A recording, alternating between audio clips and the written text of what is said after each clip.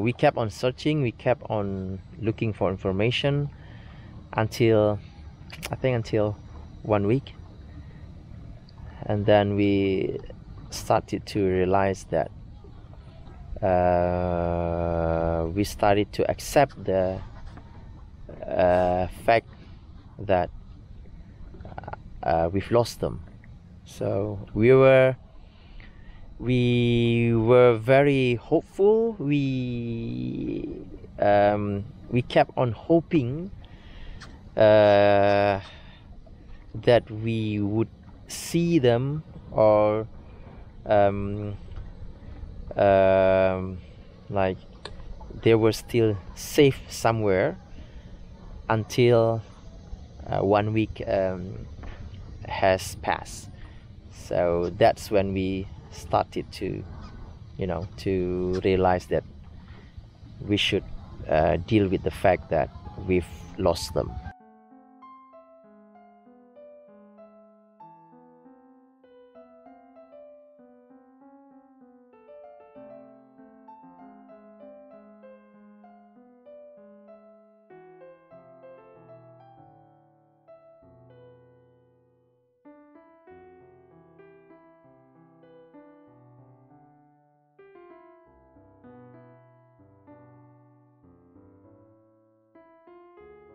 What is sea to you now, after around 15 years? So, well, I still love the sea, but it doesn't give me as much excitement as it did before. I mean, like after what happened in 2004, that big tsunami struck the city, and I lost many of my family members after that.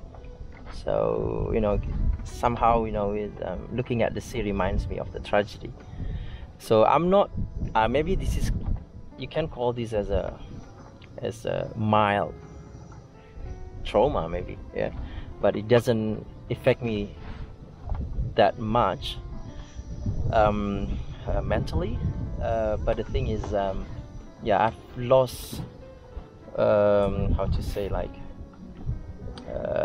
I've lost my interest in the sea, not as much as I had before. So yeah, I still can go to the sea, I still can enjoy, swimming or playing on the sand, but the idea of going to the beach for holiday doesn't sound that much fun anymore to me, if you know what I mean. Yeah, I can. And actually I've seen like a lot of people, I have never seen anybody actually in the sea, especially the locals, even in here, or yeah,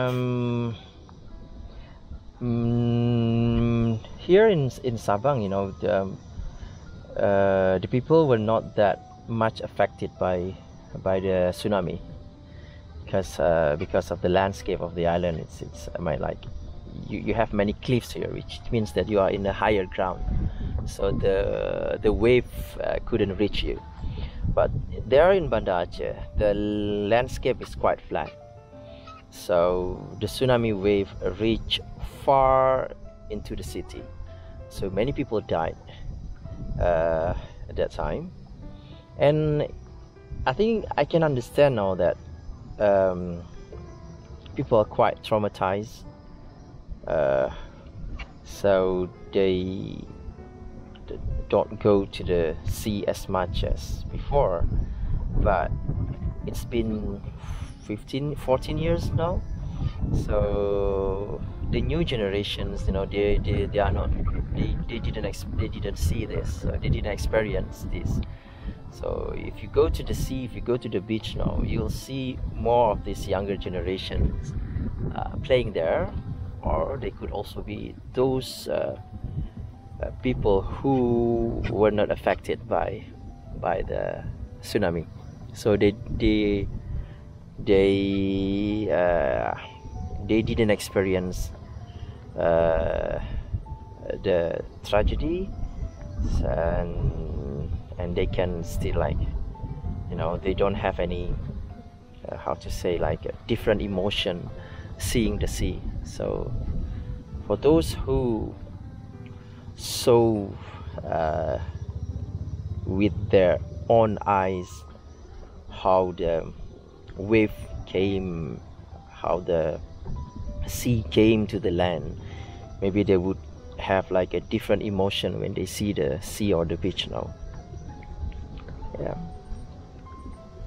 Can you like just what on 26th December 2004? 4, yeah. So right. 15 years ago. Yeah, 15 yeah. years ago. Where were you like that time? I was working in the hospital. So it was because it happened in the morning. Yeah, at around 8 something, before 8:30 maybe, more or less. But it started with a big earthquake. I mean, if you read the story, it's 9.1 in Richter scale. So yeah, it started with the earthquake, and I was still in the hospital at that time because I had a night shift the night before. So 8 in the morning, it was like the end of my night shift, and that's when the earthquake happened. So yeah, of course I ran out from the building because the earthquake was so strong. I mean, we are here in Aceh, we are used to earthquakes because we had many earthquakes before, but it had never been that strong, you know. So this particular one on 26th of December was the strongest we've ever felt. So I just ran out from the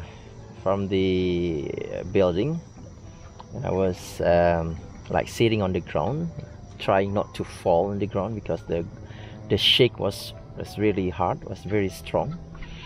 And I saw like some part of the building in front of me fell down to the ground, like well, not the whole building, but some parts of the building fell down to the ground. So after the earthquake stopped, I went home. I met my mom. He was in the house. She was in the house, and she told me to check my other sisters' houses. So I have like a few sisters who are living quite close to the coast. Yeah. So she asked me. Well, we didn't have any idea of what would happen after that, you know. So I took my motorbike, and I went straight to my sister's house. So I saw one sister. I mean, I first came to one of my sister's house, and they are all okay. They live actually quite far, maybe like 4 kilometers away from the beach, so they were okay. And then I went on to another house, to another sister's house, and on the way to my sister's house, other sister's house, there were many people on the street. Like, they were screaming, saying that water is coming, you know. I knew that you can have a tsunami after a big earthquake, but I really didn't have any idea of how big it could be, you know. Like, what I had on my mind that time, maybe it's like maybe like how to say, like half meter deep, you know. Like it's a half meter height wave, so it's not that big. That's what I had on my mind. So I kept pushing myself on my scooter, driving against the crowd, you know. People, there were so many people on the street at that time, but I couldn't go any farther because there were more and more people on the street, and they were screaming the same thing, that the water is coming, the sea is coming. Actually, that's what they said at that time. So I had to turn back, and I just followed them on the street. I was on the motorbike, and while other people were running on the street,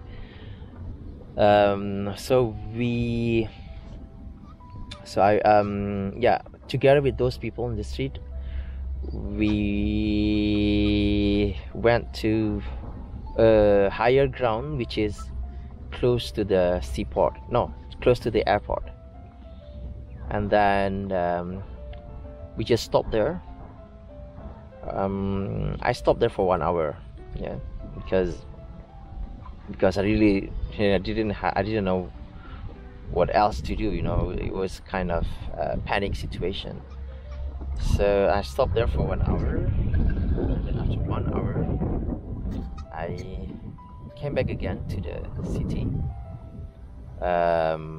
still on my motorbike, on my scooter, and what I saw was a complete destruction of the city, yeah? So it's like I saw dead bodies on the street, you know. So the debris from the buildings, some cars on the street, you know, and yeah, it's a completely different sight from what I saw before when I left the city like an hour earlier.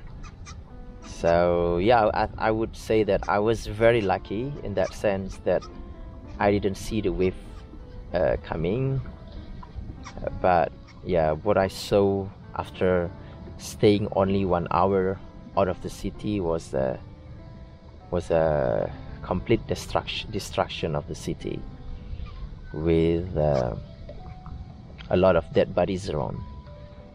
Yeah, I think that's pretty much what happened to me on that day. Yeah. What about your family members? Like, how many members in your family we lost? I lost okay, those sisters that I didn't get to check the houses, they all died in the tsunami with their families, their husbands, and some of the kids. And so altogether I lost 11 of my family members, my sisters, my brother-in-laws, and my niece and my nephews. Yeah. What happens whenever 26th December comes every year? Every year we have this tsunami commemoration day. So on this day, the local government would organize a ceremony, like a day of remembrance, you know, like commemorating the not commemorating, maybe like to remember the tragedy. So what we normally do on this day, the people, they would go to the mass grave. You know, there are many of the victims of the tsunami who were not properly identified. So I mean, like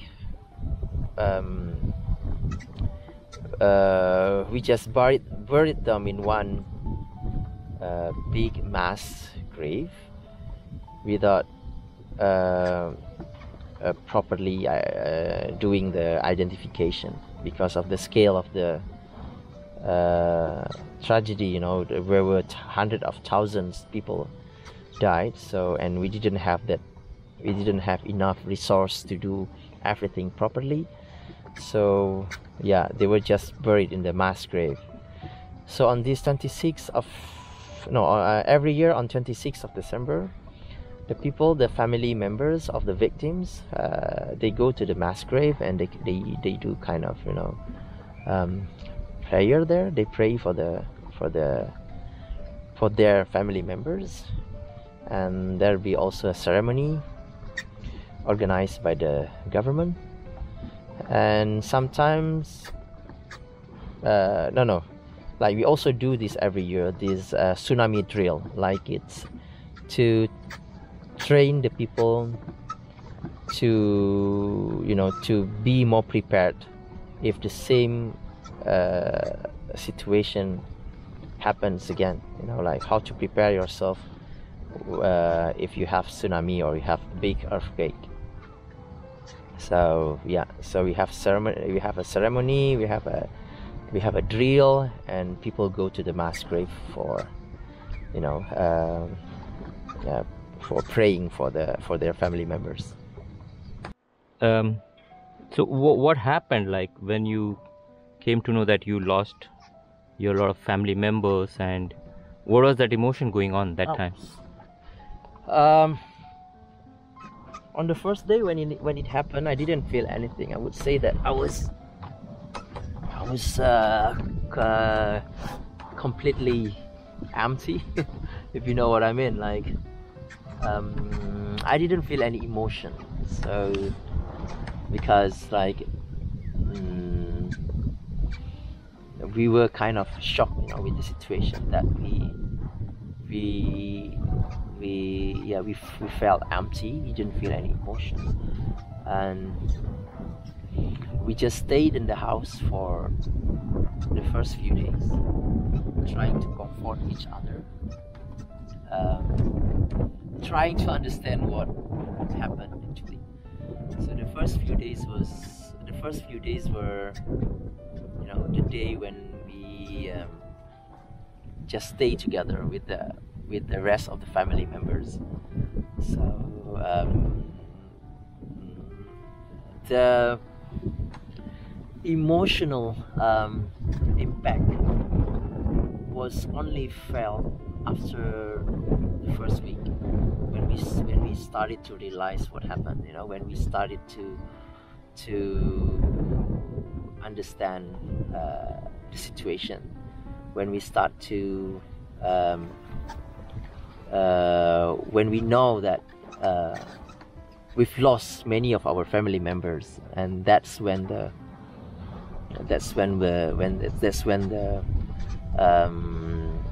sadness struck.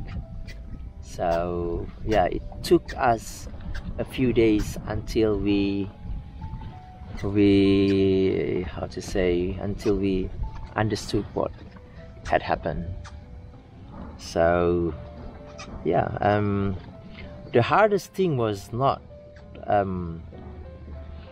well, of course, losing your family members is hard, it's difficult, but what I found to be harder was seeing those kids, you know, those little kids who lost their parents, like both of their parents, in just one day. So they lost everything. They lost their house, they lost their parents, they lost everything in just a matter of, you know, day. So when I saw them, I felt so emotional, you know, because like, well, it must be very, very hard for them. I mean, they are at such a young age, and they have to go through such a huge tragedy. I mean, I could imagine if I were in that position, I don't know how I would feel. You know, it must be very hard. So I found that it's harder than realizing that you've lost your loved ones. So what happened? Like, your mom told you to go and check your sisters, and you went back home, right? And yeah. And you met your mom again? Yeah. What happened? Yeah, after staying there near to the airport for 1 hour, and then I went back again to the city, and then I came back to my house. My house was not heavily damaged by the wave, but it was flooded like 1.5 meters. It's a 2-story house, so we have like the second floor, ground floor, and the first floor. So my mom was staying on the second floor, you know, like 4 meters above the ground, so she was safe. But the house was flooded, So when I saw her, I told her that we couldn't stay here. We can't stay here anymore. We have to find somewhere safe. So yeah, so I took her with me. Where we had to walk quite a distance until I could, I could drive my motorcycle or my motorbike again, because the road was flooded, and with all of this debris from the buildings and stuff. So I took my mom to my relative's house, and we stayed there with other family members. So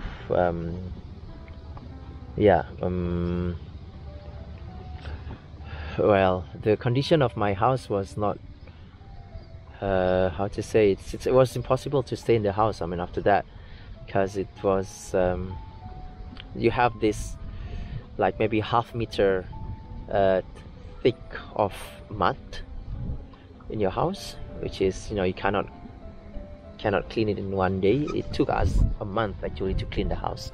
So we just stayed at one of our relatives' house, and it ended up that we spent 1 month staying there actually before we returned to our house. So that actually what happened to most of the people in Aceh. I would say that we have a strong support from our community, either from our family members, or even like from neighbors and from your community in general. So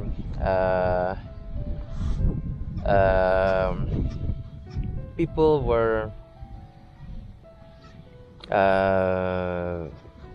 how to say, like, everyone was offering help at that time. So we just stayed with any family that offered us to stay with them.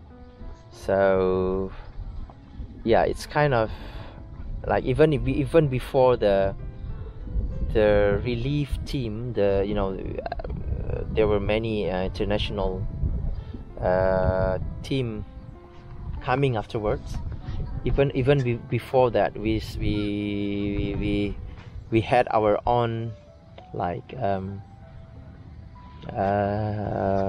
system to deal with this situation. So we stayed with we stayed with our relatives, neighbors, or friends. So yeah, I would say that it's really, we had like a good support from the community. Yeah. And so after how long did you find out that you have lost your family members? Like how? After 1 day, 2 day, 3 days? Yeah, we kept on searching actually. We tried to find as much information as we could get. Asking around, or even like driving around. We went to some camps. Like there were some camps at that time, like a big tent. So we went around. We checked the tent. We checked the camps, and yeah, we just used whatever we had to get information about those people that we had lost contact with. So we kept on searching, we kept on looking for information until 1 week, and then we started to realize that we started to accept the fact that we've lost them. So we were very hopeful. We kept on hoping that we would see them, or like they were still safe somewhere, until 1 week has passed. So that's when we started to, to realize that we should deal with the fact that we've lost them. Yeah. So you never got their bodies, nothing? No, we didn't find, like, I've lost 11 of my family members, and we didn't find any of them. We found one thing, actually. We found the ID card of one of my brother-in-laws. So that's all we found. So we didn't find anything else.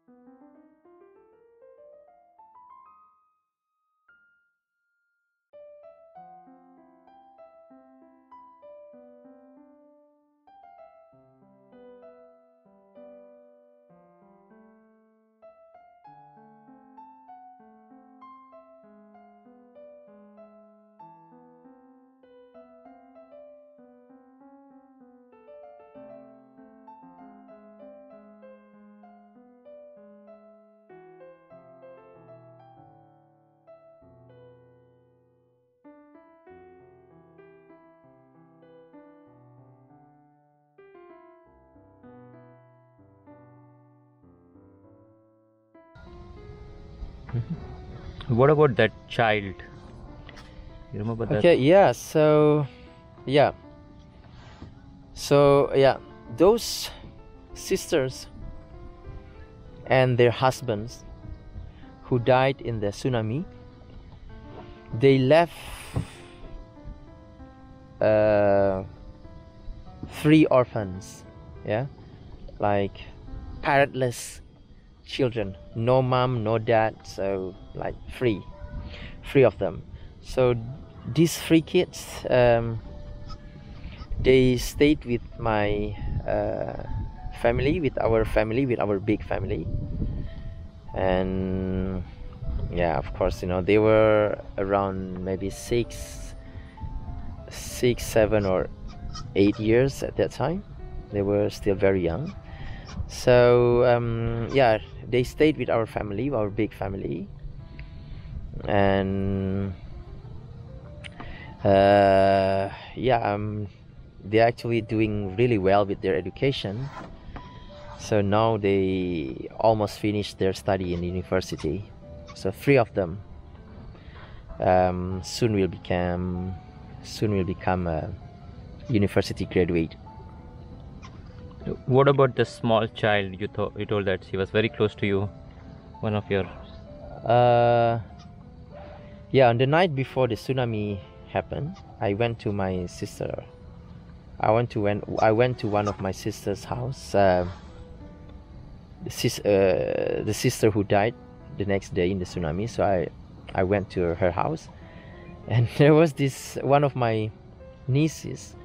She's around like 3 or 4 years old, and she didn't recognize me at that night, which is kind of strange because well,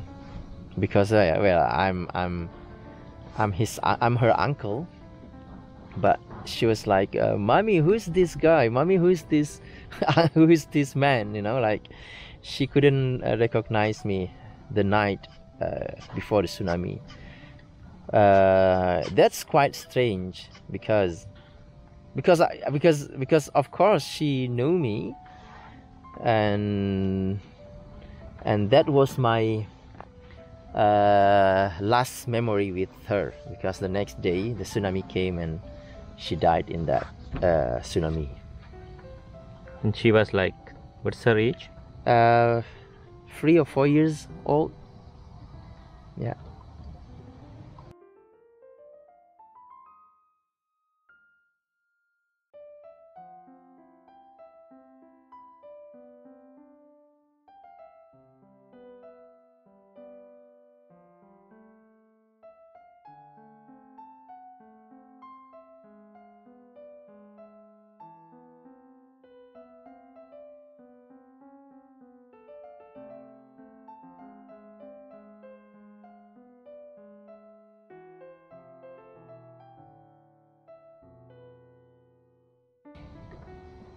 So what is that I don't know, what is that moment, or what is that thing which keeps on coming back to you still now?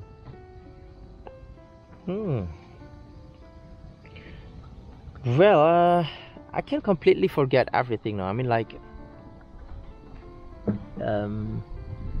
yeah, of course I still remember all of those people that I've lost because of the tsunami, but I would say that emotionally I'm okay. Like, I'm completely fine. I have no problem telling you this. Yeah, of course, sometimes I would still feel very sad, you know, thinking about them, and you know, thinking about all the memories that I had with them. But I would say that I'm completely fine now. I mean, like, after 15 years, I can completely deal with my grief, you know. So yeah.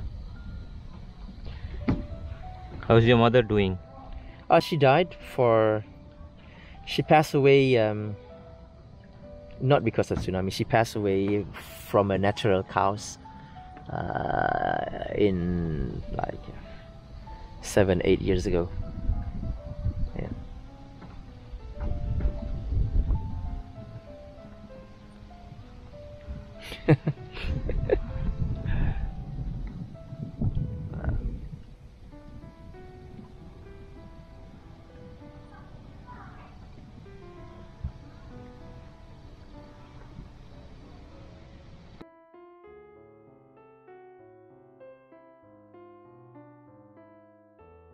What is that makes you going, you know, positively, as a person, as a carrier, as a, you know, like, what you have like got, like what you have came out of, like? Well,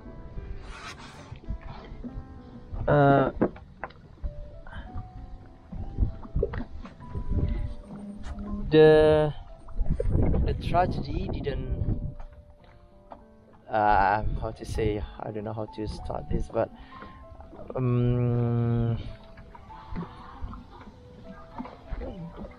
the way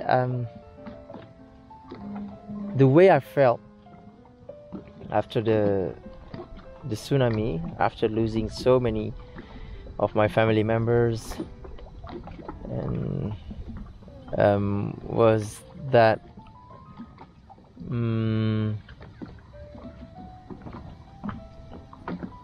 there must be, you know, something good will happen after this, you know. Like, we always have we always have this good hope that even with the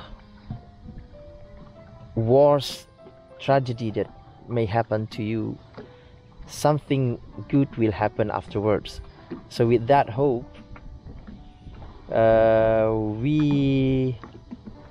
we carry on our life. We try to carry on our life as normal as possible, you know, like and the other thing was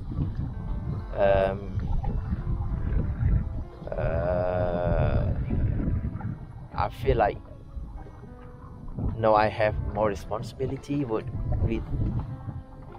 those orphans. How to ensure a good future for them, how to ensure a good education for them. So it kind of, you know, gives you an extra motivation to carry on with your life, to even like work harder, because now you have extra responsibilities. So yeah.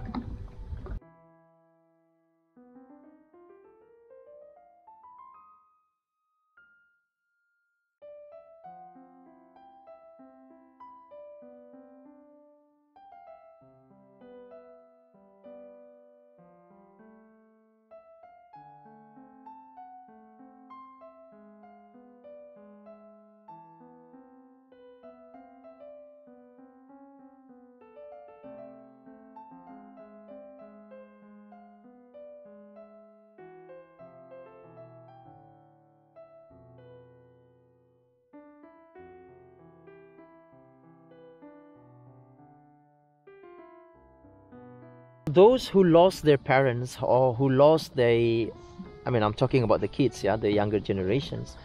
For those who lost their parents, for those who lost their loved ones in the tragedy, of course they will always remember this all of their life, you know. But for those who were born later, they will only know about this from stories, either from their, you know, friends, family members, or they can also they can also, you know, hear the story or learn about the tragedy from books. Because after the tsunami, there are many books, you know, about tsunami published to educate the people.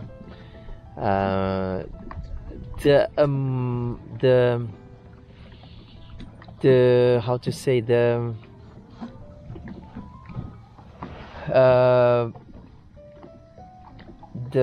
huge amount of victims could have been prevented if the people had enough knowledge about tsunami and how to, you know, to save yourself from it when the tsunami happens. So, but of course the people, I mean, we didn't have this knowledge at that time. So you will hear stories about people who even came to the sea after the earthquake because they saw the sea was receding, you know. So instead of running away from the sea, because they didn't have the knowledge, they went to the sea and they picked the fish.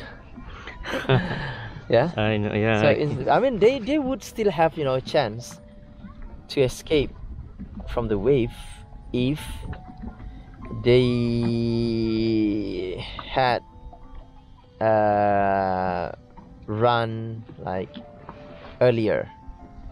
But what they did, instead of running away, they were approaching the sea because they didn't have the knowledge.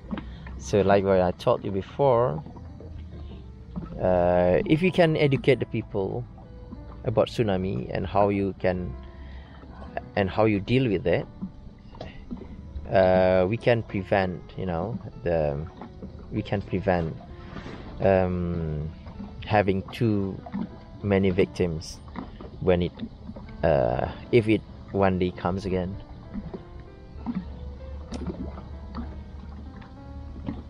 Yeah.